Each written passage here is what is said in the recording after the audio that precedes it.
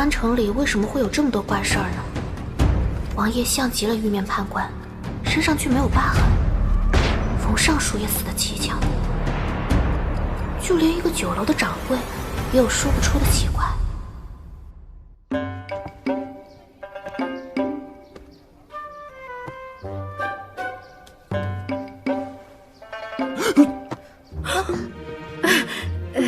掌柜的让我来送盘美女，送盘水果。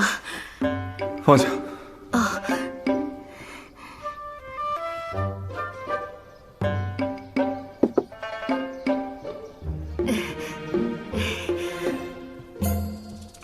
楚，比划归比划，你要是想趁机玷污王爷的清白，那可不是罚钱那么简单的了。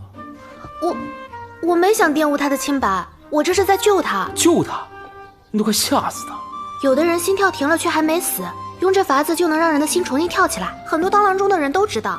只不过这法子也不是每回都奏效，得碰运气，所以很少有郎中敢用，怕被人怪罪是自己把人致死的。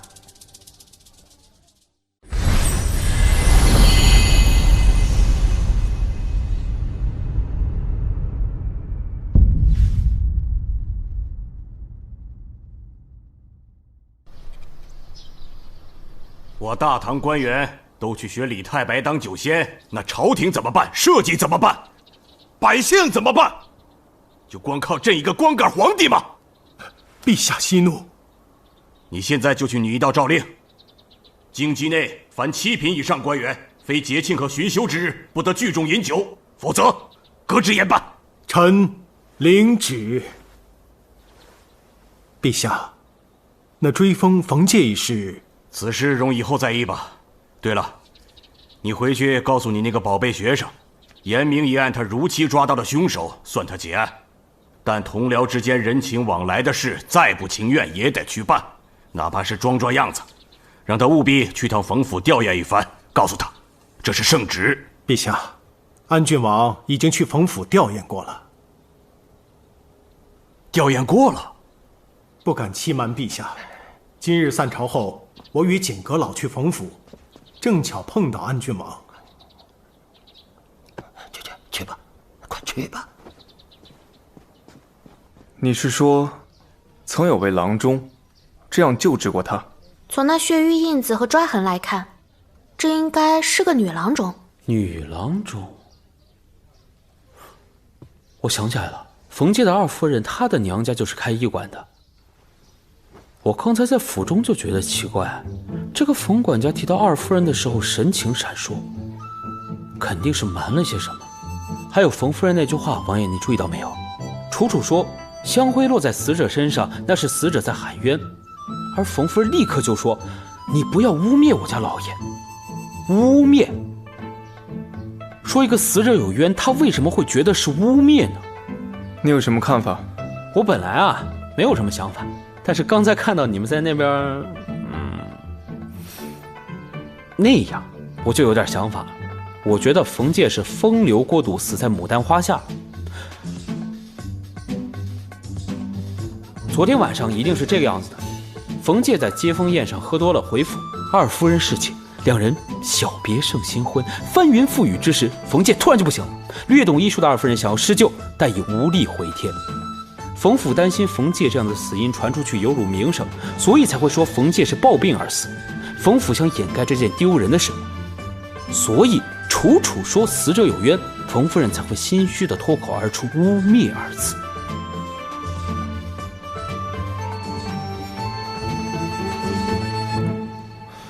楚楚，景逸这番说辞，你以为如何？我不知道，光是这么看还不能断定他到底是怎么死的。不过我能看得出，冯尚书他身体底子特别好，死前也没有喝太多的酒，最起码不是喝酒喝死的。至于他是不是像景大人说的那样死的，还得仔细验过才能知道。这还验什么啊？人家冯介是在家里死的，又不是在什么乱七八糟的地方。这样的死法说是暴病也没有错吧，王爷？干嘛这么较真呢？真的把这样的死因揭出来，大家脸上都挂不住，你又得撂一头埋怨。王爷，我看冯尚书的时候，觉得他有很多话要对我说。有话对你说？人死之前都是有话想说的，只不过有些人来得及说，有些人来不及。来不及说的人就会把这些话都留在身上。这些话有的是用伤痕来说的，有的是用体态来说的，还有些是用自身与他人的关系来说的。仵作就是替他们把这些话都解读出来，再说给世人听的。这些话是谁告诉你的？难道也是那位玉面判官说的？对，就是他说的。你也听过这些话啊？又是父亲手札中所述，他到底从何而至？我曾在书上看到的。什么书啊？是六扇门九大神捕传奇吗？什么传奇？六扇门九大神捕传奇。我就是在这本书里听到六扇门和玉面判官的。你是不是也在这本书里读到的？这个传奇故事现在可有读本？有，就在我包袱里。你要是想看，等回到三法司我就拿给你。好。楚楚，你可愿意再验一次冯尚书？可以再验吗？可以。还来？真的？那太好了，谢谢王爷。该我谢你。吃饭吧。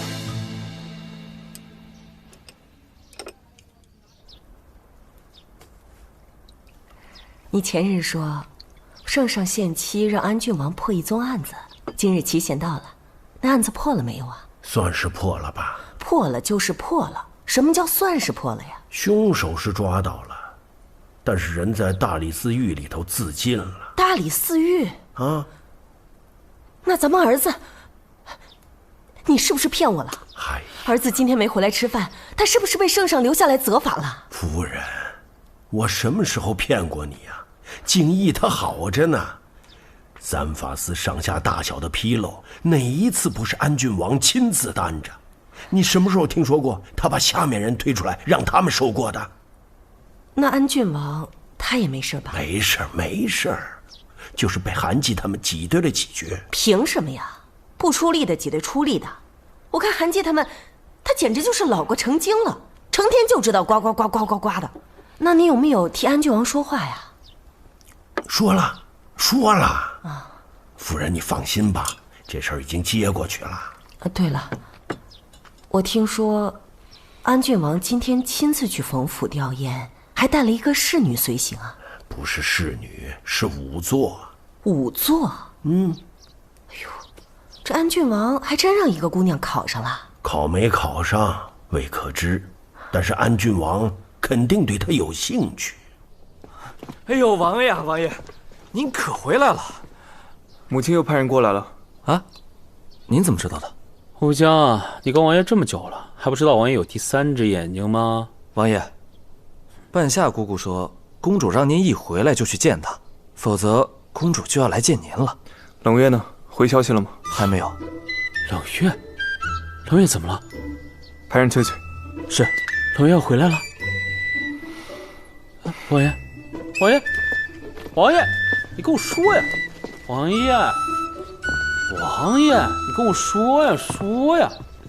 饭也吃了，茶也喝了，嘴也平了，你是不是有差事该交了？哦，对，你推测的没错，神策军是有这么一个人，昨天晚上突然报了还乡，活不见人，死不见尸，这是兵籍记录，他的体貌特征都在上面。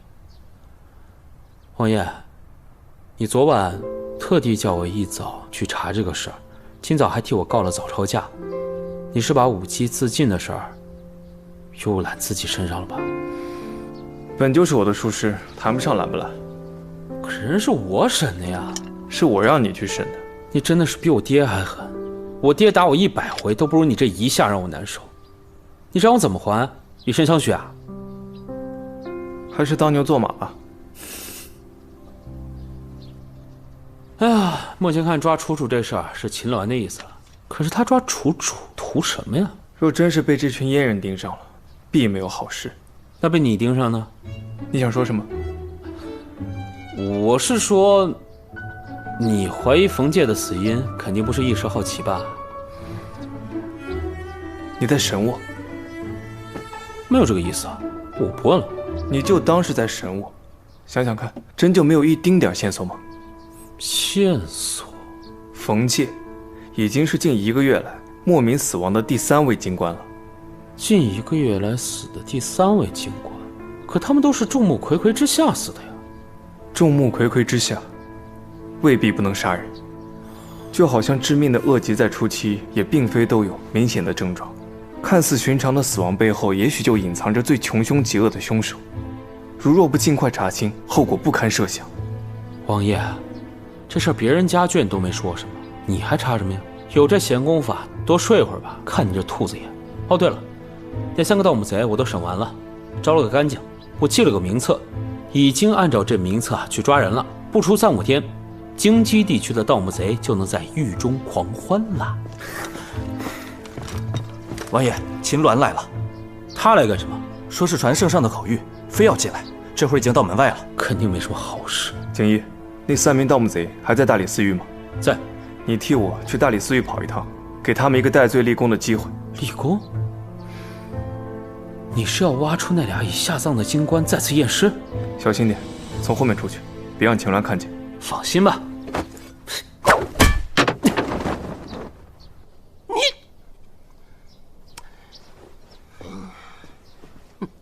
你们这几个可恶的奴才！可恶！王爷到。秦公公，安郡王，您看看，老夫奉旨前来传圣上口谕，您看看，竟然连门都进不了。您这3法司真是好大的气派呀！啊，也没什么气派，不过是奉旨归纳案卷之地，闲杂人等一概不得入内。老夫也是闲杂人等吗？好。安郡王，您今日带仵作到冯府，假借吊唁之名，亵渎了已故兵部尚书冯介的遗体呀！冯府已经告到宫里去了，传圣上口谕，命安郡王萧锦瑜亲自登门向冯府致歉，若再有惊扰冯尚书入土为安之举，必严惩不贷。安郡王，好自为之。走。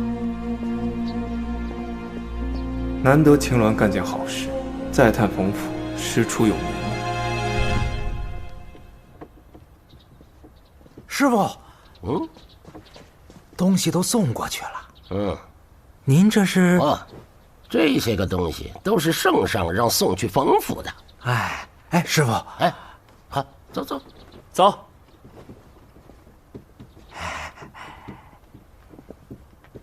有关西南那个女仵作的事情，这边已经查实了。这女仵作是黔州关岭县平乐镇的人。不过这女仵作出生之时，她的母亲已经过世多年了。你说什么？她出生的时候，她母亲已经死去多年了？那她是从她母亲的坟头里蹦出来的？奇怪就奇怪在这儿了。这个女仵作的父亲叫做楚平，经查实只娶过这么1任妻子。他这任妻子啊，在为楚平诞下长子楚河的时候，就已经难产死了。可是太和10年，莫名其妙又冒出一个女儿来，就是现在这个女仵作。萧恒在西南死不见尸，隔了不到1年，西南一户仵作人家里就多出一个女儿。如今这女儿带着萧恒的东西来到长安，世上哪有这么巧的事儿啊？您要这么说的话，这会不会是萧恒在外边跟别人鬼混私生的？你是在问我吗？师父息怒，我马上就去查。来，是。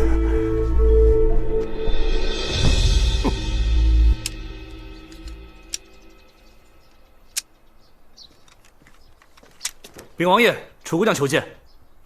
让她进来。是。王爷，你回来了。这就是6扇门9大神卜传奇，全在这儿了。有了。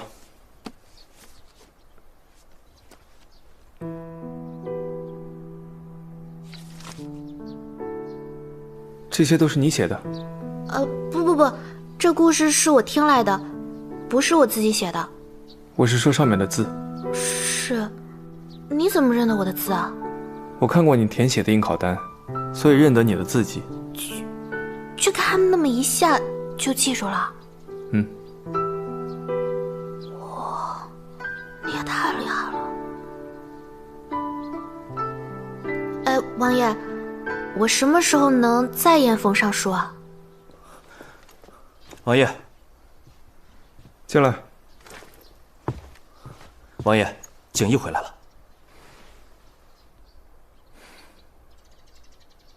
先不谈冯介，我这里还有2具尸体需要你验一下。没问题。这回还要扮成侍女吗？不必了，就在这里。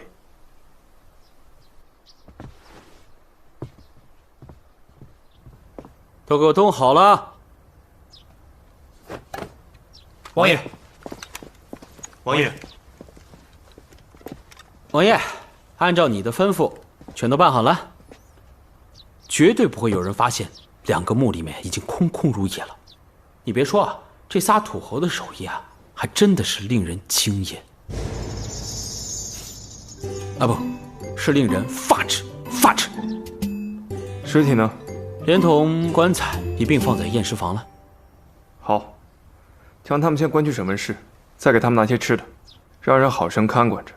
一会儿验完了，还要他们把棺材原样送回去。是。走。这里有验尸房，还有讯问室。怎么了？是不是还有存放悬案物证的地方，还有做各种分析研究的地方？你怎么知道？我听说过啊，玉面判官的家就是这样的。他亲手在家里建了一处院子，里面有验尸房、讯问室，还有放悬案物证的地方和分析研究的地方，就像这里一样。你就是玉面判官？你一定就是玉面判官。你最早听到这些事的时候，大约多少年纪？6岁。你6岁的时候，我也不过是个孩童。纵使我天赋异禀，也不至于那个时候就能给自己建一座院子吧？啊，对哦。可是你家里……这宅子是近2年才建的，巧合罢了。怎么会有这么多巧合？来人，在。送楚姑娘去验尸房。是。楚姑娘请。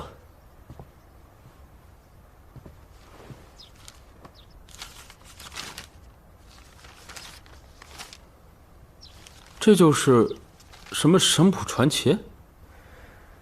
这根本不是什么传奇。吴江，王爷，你吩咐连翘给他送些衣物过去，找机会将他的过所拿过来。过所可是离开长安的必须之物。卑职明白。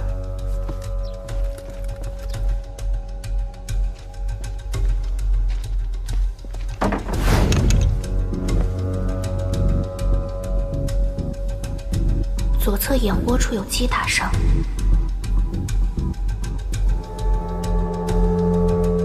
右侧后脑有血瘀肿胀。这，王爷，我还是不明白，这个到底什么意思啊？这里面所说的故事，全都是我父亲当年所办的案子改编的。驸马爷办过的案子？你确定？他生前所办的每一宗案子的卷宗，我都烂熟于心。景逸，若我没有记错，这世上除了我与我父亲之外，就只有一个人对这些案子如此熟悉。我爹？你是怀疑楚楚是我爹的人？我用我家老爷子今年的俸禄起誓，楚楚就是我在城门口遇见的，所有的经过我都跟你说过了，不信你可以查。街上那么多人呢，还有那个商队，都可以为我作证。你急什么？我只是在梳理一切可能。这真不可能啊，王爷，我爹往各处塞人的本事那是炉火纯青，怎么会把一个身份都没做圆的人丢出来？第二，你对女人躲之不及，这点我娘比谁都清楚。我爹就算是要往你身边塞个仵作，那也不会选个女的呀。第三，这丫头一股傻劲儿，哪有我景家的气质？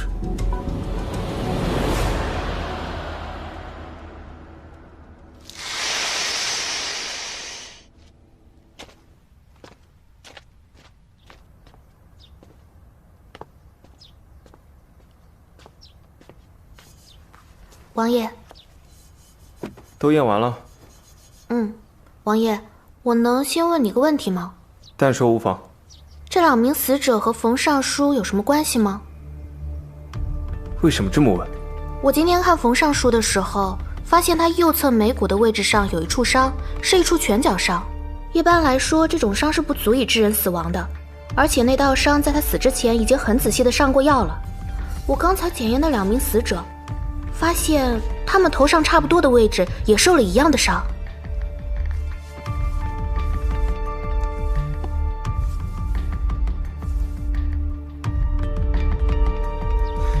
那这道伤是如何来的？你可看得出来？这其实不是1道伤，是2道伤。2道伤？前面一处，后面一处。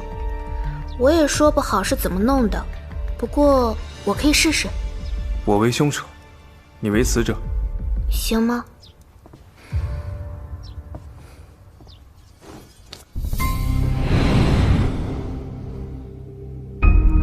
我就当那个落水的死者，他的身上伤处最少，看得最清楚。好。右手小臂内侧有一道击打伤，应该是被拳头击打所致。左肩胛骨处有一道淤伤，是撞在平滑的硬物上。右手小臂接近腕骨处有一道淤痕，左侧眼窝处也有一道击打伤，右侧后脑有一道撞击伤。你们这是打架？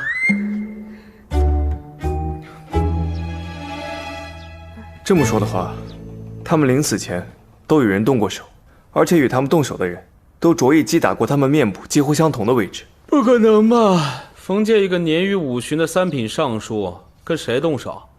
再说了，那户部主事刘越，可是很多人看着他自己从马上摔下来不治身亡的。他那头上的伤兴许是坠马摔的？不是，一定不是。他头上的伤比他坠马跌落的伤要早，还被上过药，肯定不是骑马时摔的。而且人的眼窝是向里凹的，是人脸最低洼的地方，就算摔倒时脸着地，也很难能摔到那个地方。我之前也说过了，他眼窝那处伤是被拳头击打所致，可不是在地上磕的。你的意思是说，挥在脸上的那一拳是他们3个共同的致命伤？不，我不是这个意思。我是说，他们3人头上差不多的位置都有一前一后2道相似的伤，以他们的身量和伤情推算，打伤他们的应该是同一个人。不过他们是不是就因为这道伤而死的，我现在还不知道。不可能啊！确实有很多人看到刘越从马上摔下来摔死的。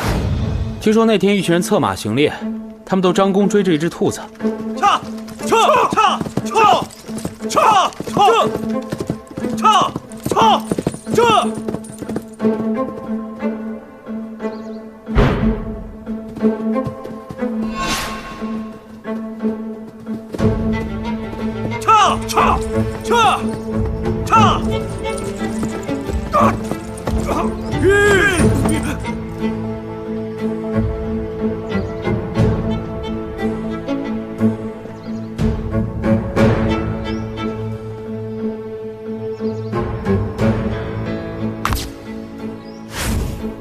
他左腿处和肋骨处都有骨折，鼻道出血，应该是鼻梁伤所致。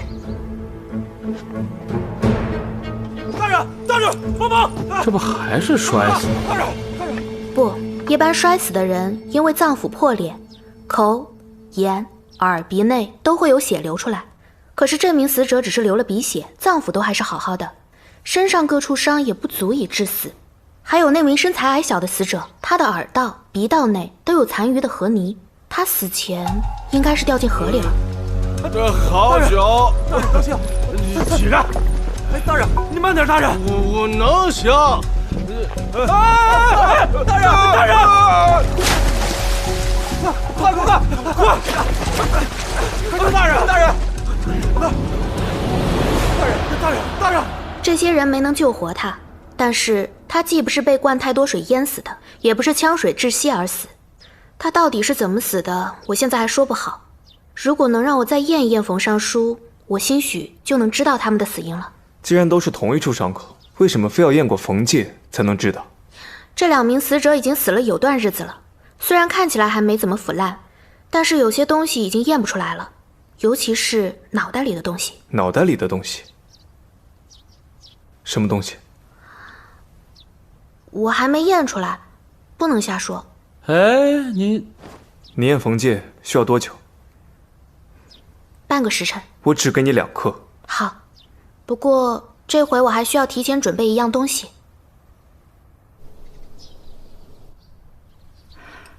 冷月。对啊，冷月自小在你公主府中长大，她的性子你最熟悉不过了。爱说爱笑，有她在的地方，那总是热热闹闹的。现在你府中的2位公子，安郡王博学稳重，萧将军英武洒脱，可都到了要婚配的年纪了。公主可曾想过，要把冷月姑娘许配给谁更合适啊？冷月跟他俩，我倒是从来没往这方面想过。哎呦，公主啊，你可该想想了。冷月姑娘要相貌有相貌，要家世有家世，若是被别人家娶了去，你可不要后悔啊。要是被一个普通人家娶走了，是挺可惜的。要能被你家景逸娶走，我倒是很高兴。景逸，哎呀，你可不要抬举那小子了。你是知道的，他们几个自小在一块儿长大，冷月姑娘从小什么都听安郡王的，说不定啊，早就芳心暗许了。有这么个青梅竹马的情分在先，戳破这个窗户纸，那就是水到渠成的事儿了。可咱们毕竟不是他的父母，他的父母已经不在了，不管他自己是什么心思，也要问过他的祖父才是吧。可是我舅父那个性子，罢了罢了，现在说这些还早。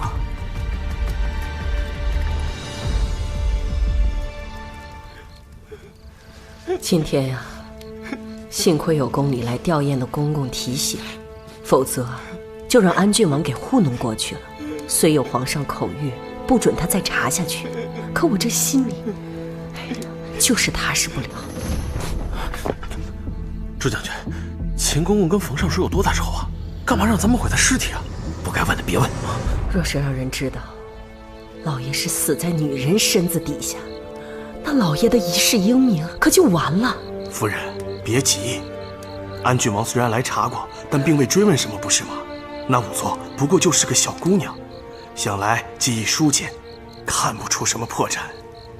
老爷这一日不下葬，我这个心呀就一直在这悬着。夫人，若是担心，不如让老爷提前入土。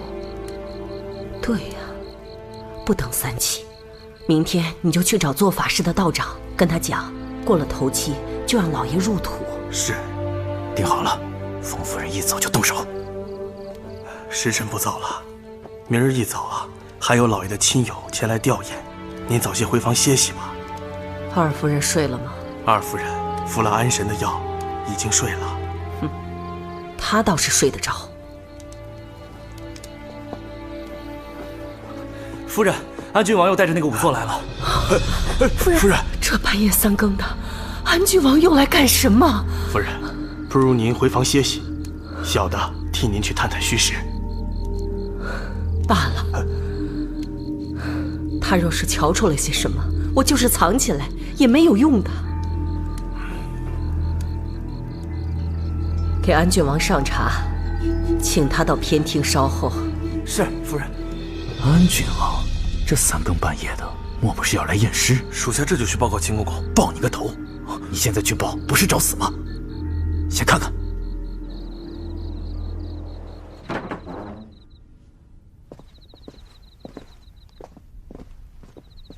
夫人。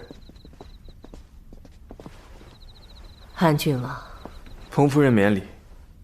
白日里因疑心作祟，冒犯了冯尚书的遗体，圣上申斥，于心难安，等不及天明，便营夜前来登门致歉，还望冯夫人海量汪涵。不敢不敢，安郡王言重了。妾身一介妇道人家，突遭变故，一时心乱如麻，跟宫中来人胡言几句，不想害安郡王受圣上申斥，实乃妾身之过。夫人不怪罪，是夫人宽仁大度，还望夫人准我这手下人去冯尚书灵前进一份香烛纸钱，以谢今日唐突之罪。徐管家，去把安郡王的香烛纸钱接过，替安郡王在咱们老爷灵前祭一下。是。哎，既是赔罪，岂能由贵府之人代劳？夫人若嫌我手下人身份低微，本王亲自去进便是。不敢不敢，岂敢受王爷如此大礼？徐管家，你就带着姑娘去吧。是，姑娘，请。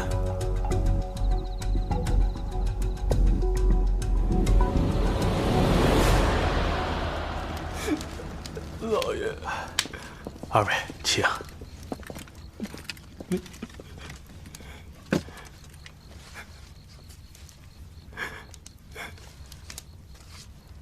冯夫人，不知昨夜冯尚书回来，可曾说过什么？啊？冯尚书去西南巡查军务，离京月余，想必一定十分思念夫人。即便是深夜醉酒，也该见上夫人一面才是。他昨夜一回来，就被二夫人房中的人接去了。我见到他的时候，就已经……那夫人可曾听昨夜服侍冯尚书的人说起过，他头上的伤是从何而来的？昨天送他回来的韩尚书说，他喝醉了酒，不小心撞的。刑部韩尚书？正是。安郡王为什么问这些？哦，没什么，只是冯尚书去得突然，一时还难以相信。冯尚书既然受伤，那服侍之人可曾请郎中来看？二夫人的娘家就是开医馆的，她懂一点医术。平日里老爷有个小伤小病的，都去找她，从来不请什么郎中。那这冯尚书的死因也是二夫人诊断的？嗯。这徐管家去了这么久，怎么还没回来？你去叫人看看，不要冒犯了王爷身边的人。是。不知夫人是否已经清点过冯尚书从西南带回来的随身之物？清点随身之物？冯尚书尚未来得及向朝中呈报巡查西南军务的情况，这2天应该就会有官员来接手。夫人还需尽快查点清楚，妥善保管，万无一失。谁他娘的跑下去了？没有啊，周将军，我们都在。愣着干嘛？追呀！追！我告诉你们啊，若是让什么贼人惊扰了安郡王，你们冯府上下吃不了兜着走。是，你跟我走。是，赶紧的，别让贼跑了。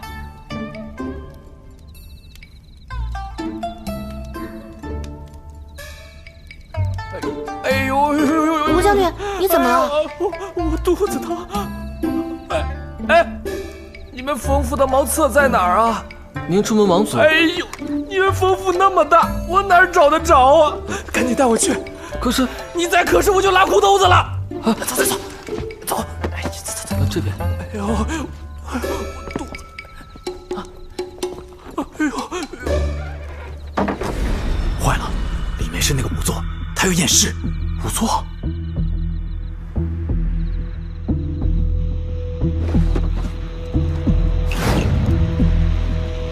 秦公公不是要活捉这个仵作吗？何不趁现在下去把他抓走？这会儿萧锦瑜就在偏厅，若一计不成，他挣扎呼救，弄出个什么动静，咱们都走不了。按我说的，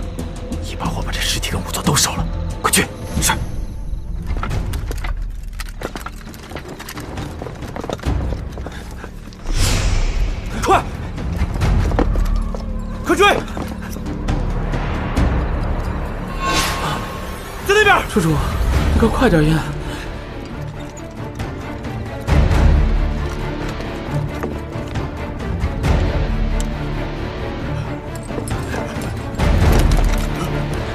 快追！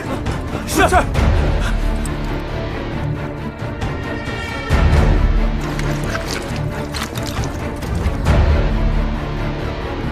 吴将军。